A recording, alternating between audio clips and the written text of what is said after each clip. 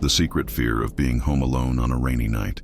The rain began subtly, a whisper against the window pane, a gentle suggestion of solace. For Clara, a woman in her late 20s, the sound was usually a lullaby, a comforting backdrop to an evening of quiet introspection. Her small two-story house, nestled on a tree-lined street in a quiet suburban town, had always been her sanctuary. Tonight, however, as the first drops turned into a steady drumming, a different feeling began to stir within her. It was a subtle shift, an almost imperceptible tremor beneath the surface of her usual calm.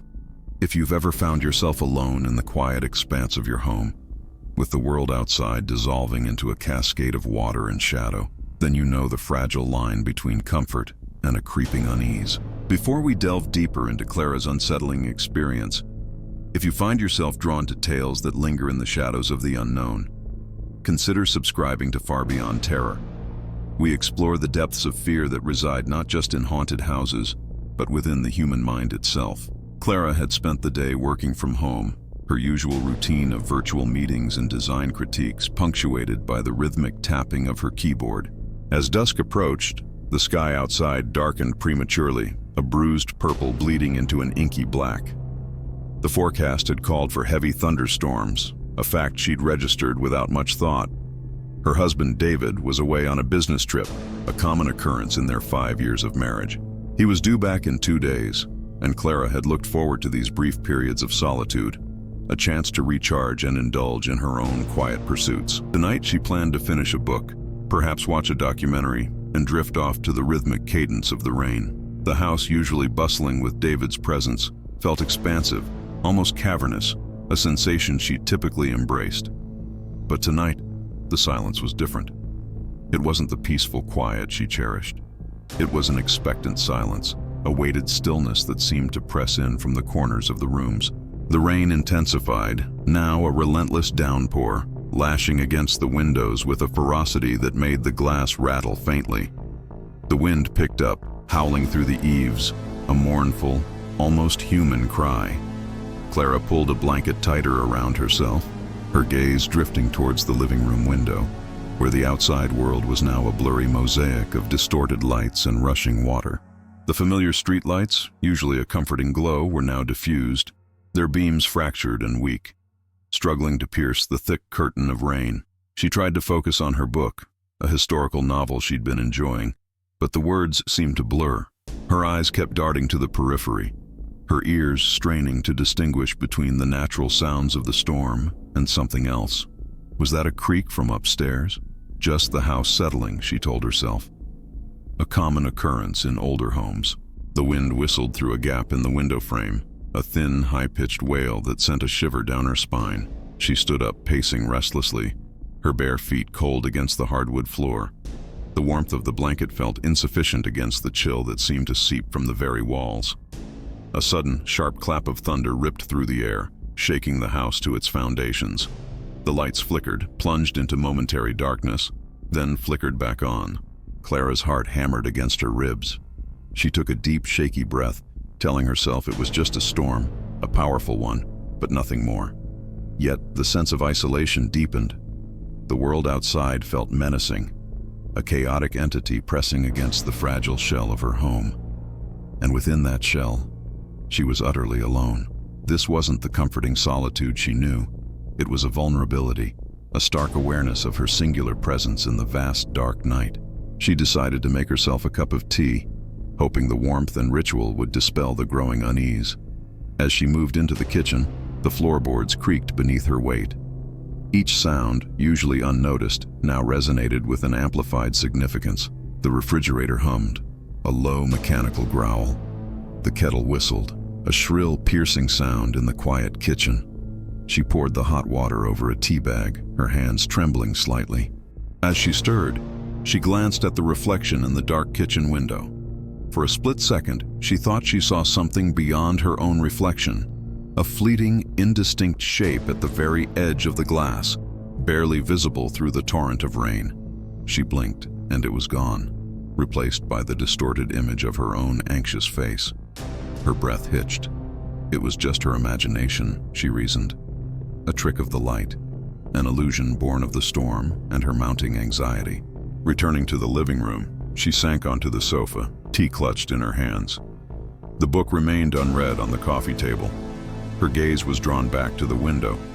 The rain continued its relentless assault, blurring the boundary between the inside and the outside. The trees outside, usually sturdy and comforting, now thrashed wildly, their branches like skeletal arms clawing at the night sky. She found herself scrutinizing the shadows that danced in the corners of the room, shifting and elongating with every flicker of the distant lightning. Was that a shadow moving, or just the play of light from the street lamp filtering through the heavy rain? The question itself was enough to tighten the knot of dread in her stomach. She tried to distract herself with her phone, scrolling through social media, but the cheerful posts and mundane updates felt jarringly out of place. Her own reality felt far removed from the curated normalcy on her screen. She put the phone down, the digital glow doing little to alleviate the pervasive gloom. The house felt colder, despite the thermostat being set to a comfortable temperature. A chill seemed to emanate from the very air, a damp, penetrating cold that seeped into her bones. She pulled the blanket even tighter, cocooning herself, but it offered little solace. The relogio de pendulo in the hallway, a treasured antique passed down from her grandmother, chimed midnight. Each resonant gong echoed through the silent house, each stroke a hammer blow against the fragile peace she desperately tried to maintain. She hadn't realized how late it had become. The storm showed no signs of abating. In fact, it seemed to grow more intense, the wind howling with renewed vigor, the rain striking the roof and walls with a percussive force. She decided to go to bed, hoping sleep would offer an escape from the suffocating anxiety. As she walked up the stairs, each step creaked, a sound that now seemed to betray her presence, announcing her movements to an unseen listener. The hallway upstairs was dimly lit by a single nightlight, casting long, distorted shadows that danced with the rhythm of the storm outside. Her bedroom, usually a haven, felt alien, its familiar objects taking on sinister new shapes in the dim light. The wardrobe, usually a benign piece of furniture, seemed to loom, its dark wood absorbing the meager light. The clothes hanging within seemed to stir, rustling faintly as if disturbed by an unseen breath. She quickly got into bed, pulling the covers up to her chin. The sound of the rain against the window was amplified here, a constant drumming presence that seemed to vibrate through the mattress. She closed her eyes, willing herself to sleep, but her mind raced, replaying every subtle sound, every fleeting shadow. She kept seeing that indistinct shape in the kitchen window, the one she'd dismissed as imagination. What if it wasn't? What if someone was out there, watching? The thought sent a fresh wave of terror through her. She squeezed her eyes shut tighter, trying to push the image away, but it lingered, a phantom presence at the edge of her vision. Then she heard it, a distinct thump from downstairs. It wasn't loud, not a crash or a bang, but a soft, heavy sound, like something falling, or perhaps something being placed. Her eyes snapped open, her heart leaped into her throat, a frantic bird trapped in her chest. She held her breath, straining to hear over the din of the rain. Nothing, only the relentless drumming, the howling wind. It must have been the house, she told herself, settling, or a branch falling against the side of the house. Yes, that was it. The storm was powerful, full of strange noises, but the fear had taken root, deep and tenacious. She lay there, rigid, every muscle tense, her ears on high alert. She waited. Minutes stretched into an eternity. The silence that followed the thump was more terrifying than the sound itself. It was an unnatural silence, a lull in the storm of her mind, a moment of profound dread. She slowly reached for her phone on the nightstand, her fingers fumbling with the cold metal. She unlocked it, the screen's bright glow a stark contrast to the darkness of the room. Her thumb hovered over David's contact, but she hesitated. What would she say? "I think I heard a thump downstairs." He would tell her it was just the storm, tell her to try and sleep. She didn't want to sound foolish, or worse, paranoid. She decided to try to rationalize. The house was old. It made noises. The storm was intense. It amplified sounds, created illusions. This was a normal, safe house. Her house. But the internal monologue offered little comfort. The feeling of being watched, of not being truly alone, persisted. She imagined eyes in the darkness, unseen, unblinking, observing her every move. She pulled the covers higher, burying her face in the pillow, trying to muffle the sounds of the storm, trying to escape the unsettling thoughts. Another sound. This time, it was fainter, a subtle scrape or drag from downstairs, near the living room. It was barely audible above the rain, but she heard it. It was too distinct to be dismissed as the house settling, too deliberate to be a tree branch. It was a sound that suggested movement, an intentional act. Her blood ran cold. Every rational explanation she had constructed crumbled. There was someone downstairs, or something. Panic began to rise, a cold, suffocating wave. She debated what to do. Call the police? On what grounds? I heard a scrape downstairs during a storm. They would likely dismiss it. Call David? He was thousands of miles away, helpless. She was truly, utterly alone. The realization was a physical blow. She couldn't stay in bed, frozen by fear. She had to know. She had to see. The thought was terrifying, but the alternative, lying there, imagining the worst, was unbearable. Carefully, she eased herself out of bed. Her feet touched the cold floor and she winced, the sound of her own movement seeming deafening in the profound stillness of the room.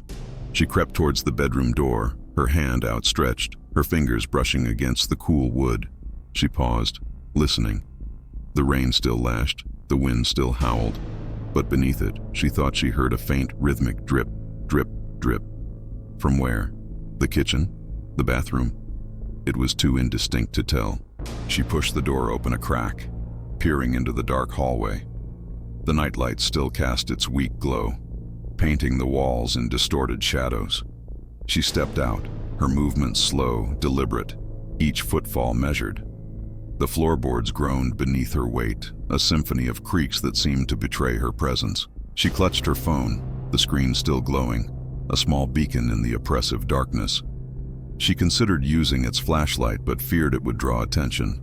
She reached the top of the stairs, peering down into the murky depths of the living room below. The only light came from the street lamp outside, filtering through the rain-streaked window, casting a faint, watery glow that barely illuminated the room. The shadows were deep, shifting, concealing more than they revealed. She strained her eyes, trying to pierce the gloom, trying to discern any movement, any anomaly. Then she saw it. A dark shape, indistinct, huddled near the fireplace. It was small, hunched, almost camouflaged by the shadows. Her breath caught in her throat. Her heart pounded, a frantic drum against her ribs. It was real. It wasn't her imagination. There was something in her living room. The shape seemed to stir, a subtle movement, a slight shift in its posture. She froze, unable to move, unable to breathe. Every instinct screamed at her to run, to scream, to hide.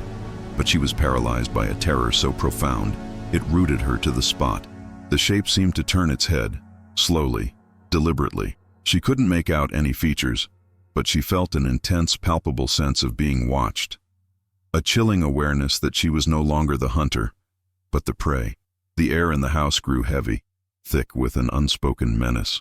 The temperature plummeted, a wave of icy cold washing over her. She could feel the hairs on her arms stand on end, a primal warning system screaming danger. She wanted to scream, but no sound escaped her throat. Her mouth was dry, her tongue thick and heavy. A low, guttural sound, barely audible above the storm, seemed to emanate from the shape downstairs. It wasn't a human voice. Not exactly. It was something deeper, something ancient, something that resonated with a primeval fear. It was a sound that seemed to scrape against the very fabric of her sanity. Suddenly, a flash of lightning illuminated the living room, a blinding white light that lasted only a fraction of a second. In that fleeting moment, Clara saw it clearly. It wasn't a person. It wasn't an animal. It was a grotesque, twisted form, hunched and skeletal, with limbs that seemed too long, too spindly, ending in clawed hands that rested on the floor. Its head was disproportionately large, with sunken features and eyes that glowed with an eerie, phosphorescent light. Its skin was mottled, a sickly gray, stretched taut over prominent bones. It was a creature of nightmare, a being that defied all known biology, all rational explanation. The lightning disappeared, plunging the room back into darkness. But the image was seared into Clara's mind. a horrifying tableau that would forever haunt her. The guttural sound intensified, a low, rasping growl that seemed to vibrate through the floorboards.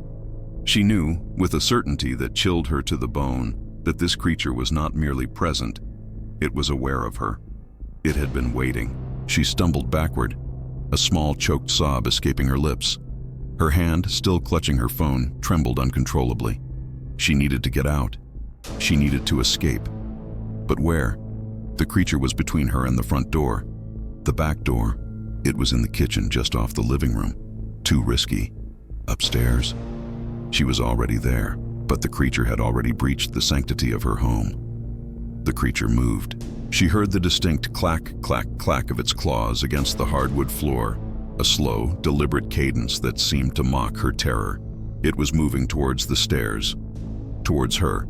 A desperate surge of adrenaline coursed through her veins. She had to act. She turned and fled, not towards the safety of her bedroom, but towards the guest room at the end of the hall. It was a small room, rarely used, and it had a window that overlooked the backyard. It was her only chance. She burst into the room, fumbling with the lock on the door, her hands shaking so violently she could barely grasp the small metal latch. She slammed the door shut, locking it with a click that sounded impossibly loud in the silence that followed. She leaned against the door, panting, her heart threatening to burst from her chest. The clack, clack, clack was now on the stairs, slow, methodical, ascending. It was coming for her. She knew it. She scrambled to the window, pulling back the heavy curtains. The rain was still falling in sheets, the backyard a blurry expanse of dark shapes and rushing water. The window was old, a single pane of glass, not meant for escape. But she had no other option. She tried to open it, but the latch was stiff, rusted. She tugged, pulled, her fingers raw against the cold metal. The clack, clack, clack was closer now, just outside the door, then a low scratch against the wood. It was testing the door, testing the barrier.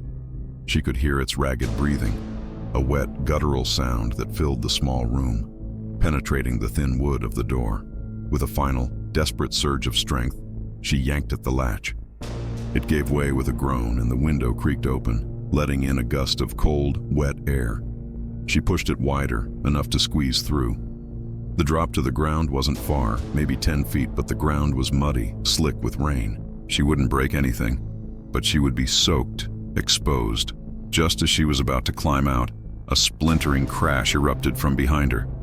The door, it had given way. She didn't look back. She scrambled over the windowsill, her feet finding purchase on the wet siding, her hands gripping the frame. She pushed herself off, falling awkwardly into the muddy grass below. The cold shock of the rain and mud was immediate, but she barely registered it. All that mattered was escape. She landed hard, a jarring impact that sent a jolt of pain up her legs. But she ignored it. She scrambled to her feet, slipping and sliding in the mud, her clothes heavy with water. She looked back at the house, her sanctuary now a terrifying prison. In the dimly lit window of the guest room, she saw it. The creature stood there, silhouetted against the weak light, its grotesque form filling the frame. Its head was tilted, as if observing her, its glowing eyes fixed on her. She didn't wait. She ran. Through the muddy backyard, past the rain-soaked bushes, towards the fence that separated her property from the neighbors. The rain lashed at her face, blinding her, but she pushed on, driven by a primal terror. She scaled the fence, tearing her hands on the rough wood, but she didn't feel the pain. She dropped to the other side, stumbling, but regaining her footing, and continued to run, through her neighbor's yard, towards the street. The streetlights, once weak and diffused, now seemed like beacons of hope. She ran, gasping for breath, her lungs burning, her muscles screaming in protest. She didn't know where she was going, only that she had to get away from that house, from that creature, from the terror that had consumed her. She ran until her legs gave out, collapsing onto the wet pavement in front of a house, its lights blazing, a stark contrast to the darkness she had left behind. She pounded on the door, screaming, her voice raw and hoarse from terror.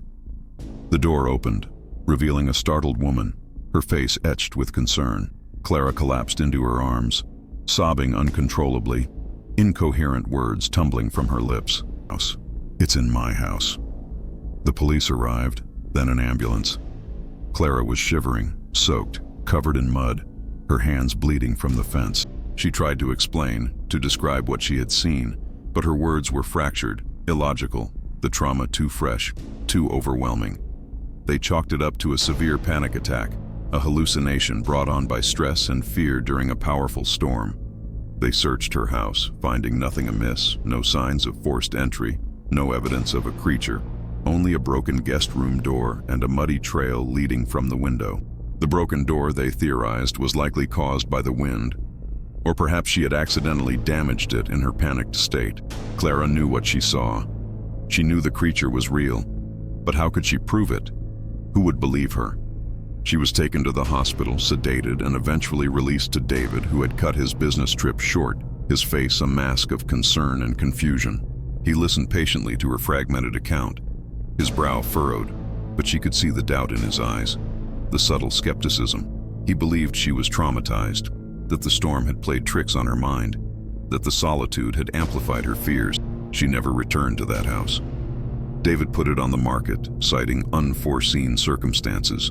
They moved to a new town, a new life. But the memory of that night, of the glowing eyes and the skeletal form, remained etched in Clara's mind. The sound of rain, once a lullaby, now brought with it a suffocating dread, a chilling reminder of the night her sanctuary became a nightmare. She never truly felt safe again, always checking locks, always glancing at shadows, always listening for the subtle sounds that could betray an unseen presence. The fear of being home alone on a rainy night had become her secret, enduring torment, a psychological scar that time could not erase. It was a fear that lingered, a whisper in the dark, a constant reminder that sometimes the most terrifying monsters are the ones that lurk not just in the shadows, but within the fragile confines of our own minds, waiting for the perfect storm to emerge. The mystery of Clara's experience remains unsolved, a chilling testament to the power of the unknown and the profound impact of psychological terror. Was it a hallucination, a vivid manifestation of her deepest fears, or was there truly something unexplainable lurking in the shadows of her home that night? The ambiguity itself is a kind of horror, leaving us to grapple with the unsettling possibility that our own sense of security is far more fragile than we dare to admit. What do you believe happened to Clara? Share your thoughts in the comments below.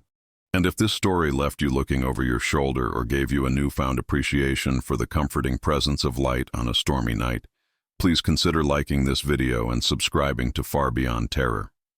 We delve into the darkest corners of human experience, exploring the true nature of fear, one chilling narrative at a time. Join our community of terror enthusiasts and never face the unknown alone. The comments section, usually a vibrant hub of speculation and shared anxieties, became a digital echo chamber of Clara's torment.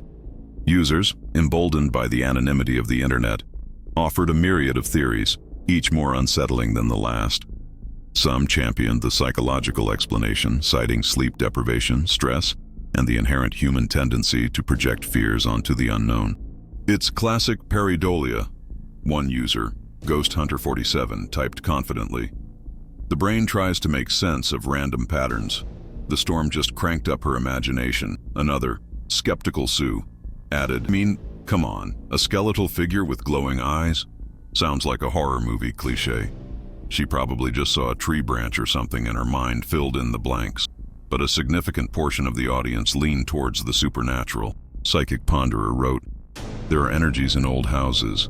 Maybe she disturbed something ancient, something that had been dormant. Shadow Whisperer chimed in, I believe her. I've felt it. That feeling of being watched, of something else in the room. It's not just in your head. A particularly vivid comment from Haunted Heart recounted their own terrifying experience. I once lived in a house where the lights would flicker every time I was alone. Doors would open and close. One night, I woke up to a whisper right next to my ear telling me to get out. I didn't see anything, but the feeling of pure malevolence was overwhelming. I moved out the next day. Clara's story resonates deeply with me. The ambiguity, as the narrator noted, was a horror in itself. It was the space between what we know and what we fear, a void that our minds are all too eager to fill with the most nightmarish possibilities. This is the true power of psychological horror. It doesn't rely on jump scares or gore, but on the insidious erosion of our sense of reality, the subtle suggestion that the world we perceive might be a carefully constructed illusion. Clara's story wasn't just about a house or a storm. It was about the fundamental human need for safety and control, and the terrifying realization of how easily both can be shattered. Her subsequent move, her constant vigilance, her enduring dread. These were the lasting scars of a mind pushed to its limits, a psyche irrevocably altered by an encounter with the inexplicable. The fear of being home alone on a rainy night became her specific trigger, a Pavlovian response to a sensory experience that, for most, signifies comfort and coziness. For Clara, it was a portal back to that night, a relived trauma that no amount of therapy or logical reasoning could truly dismantle. This is where the true horror lies for many, the understanding that our minds, our most intimate sanctuaries, can turn against us, creating realities that are indistinguishable from external threats.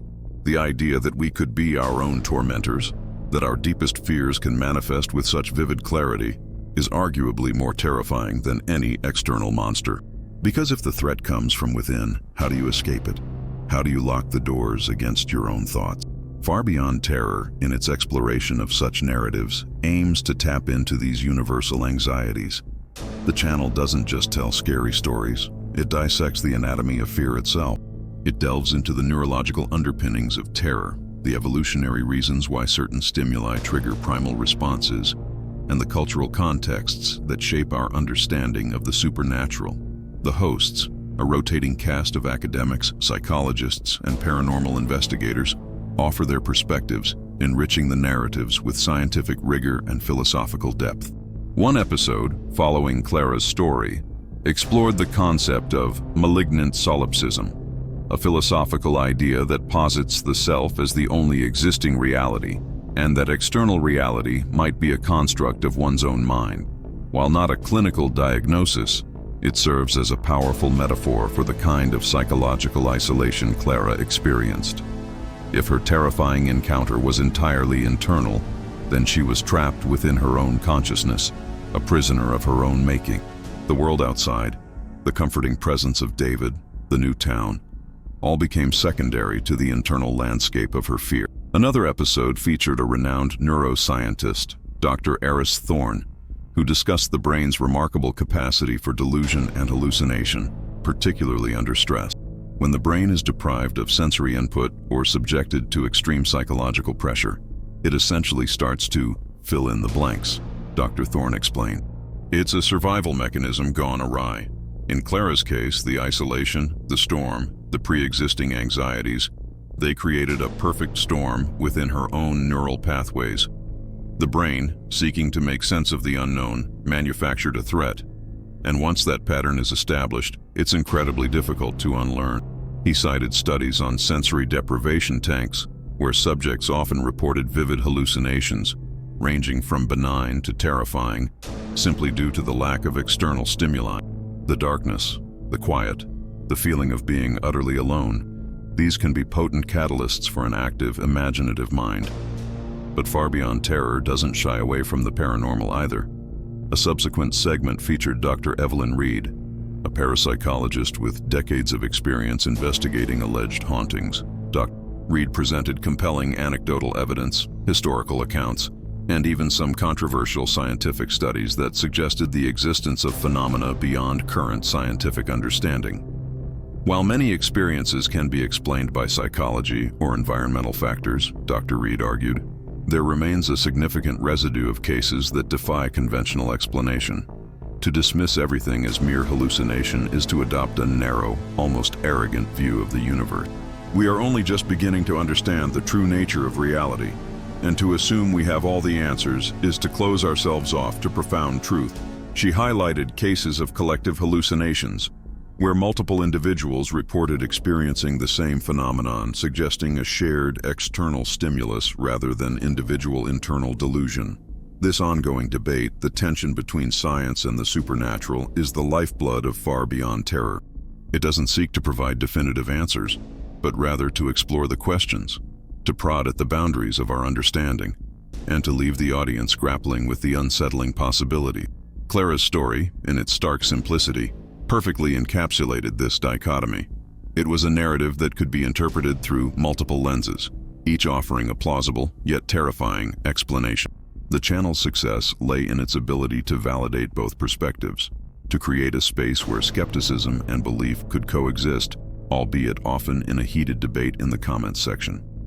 It acknowledged the comfort and rational explanations while simultaneously embracing the thrilling dread of the unknown. It understood that fear, at its core, is an emotional response, often illogical and deeply personal. What one person finds terrifying, another might dismiss as absurd. But the shared experience of that primal emotion, the collective shudder, is what binds the community. The comments section continued to grow, a tapestry of shared fears and conflicting theories. What if it was a demon? User X posted, the glowing eyes, the skeletal form, classic demonic manifestation. She was lucky to get out alive. Another, science savvy, countered, demons? Really? We're in the 21st century. It's obviously a sleep paralysis episode exacerbated by the storm. I've had them. You feel like something is pressing on you. You see things. It's terrifying, but it's all in your head. But the most poignant comments were those that didn't offer theories, but rather solidarity. I know that feeling, Clara, wrote Lonely Light. That feeling of being utterly alone and something else being there with you. It changes you. You never fully recover.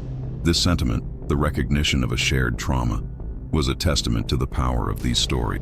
They weren't just entertainment, they were a mirror, reflecting our own deepest anxieties back at us. Far Beyond Terror also began to explore the cultural manifestations of fear, examining how different societies interpret and cope with the unknown. An upcoming series, teased after Clara's story, promised to delve into urban legends from around the world, comparing them to personal accounts shared by the community. The idea was to show that while the specific monsters or manifestations might differ, the underlying fears of isolation, of the dark, of death, of the unknown, are universal. The channel aimed to highlight how these fears are woven into the fabric of human experience, shaping our folklore, our art, and even our psychological makeup. The story of Clara, therefore, served as a powerful entry point into this broader exploration. It was a single, harrowing account that resonated with so many, precisely because it tapped into those primal, unshakable fears. The fear of home, a place traditionally associated with safety and comfort, transforming into a source of terror. The fear of the familiar becoming alien. The fear of being truly, utterly alone, with something unseen. The lasting impact on Clara was perhaps the most chilling aspect. Her inability to feel safe, her constant vigilance, her secret torment. These were not fleeting anxieties, but deeply ingrained psychological shifts. The trauma had reshaped her perception of the world, making her forever wary, forever on edge. It was a reminder that some experiences leave scars far deeper than physical wounds, wounds that fester in the quiet corners of the mind, emerging when the conditions are just right, when the lights are out, when the rain begins to fall, when the silence stretches just a little too long. The final words of the narrator, urging viewers to share their thoughts and subscribe, weren't just a call to action. They were an invitation to confront these fears collectively, to acknowledge that while the monsters may be real or imagined, the fear itself is undeniably potent. And within that shared acknowledgement, perhaps, there is a glimmer of solace, a sense of not facing the unknown entirely alone.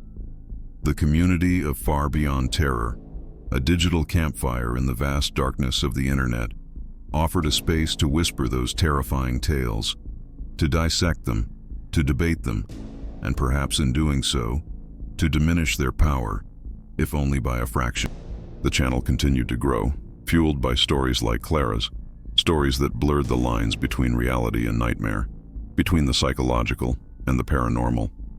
Each new narrative added another layer to the complex tapestry of human fear, revealing its multifaceted nature, its enduring power, and its profound impact on those who experience its chilling embrace. And as the community expanded, so too did the understanding that the most terrifying monsters are not always grotesque creatures from another dimension, but often the subtle, insidious whispers that emanate from the darkest corners of our own minds, waiting for the perfect storm to emerge. and for the fragile confines of our sanity to shatter. The journey into the unknown, far beyond terror promised, was far from over. And for those who dared to look, the depths of human fear offered an endless, chilling exploration.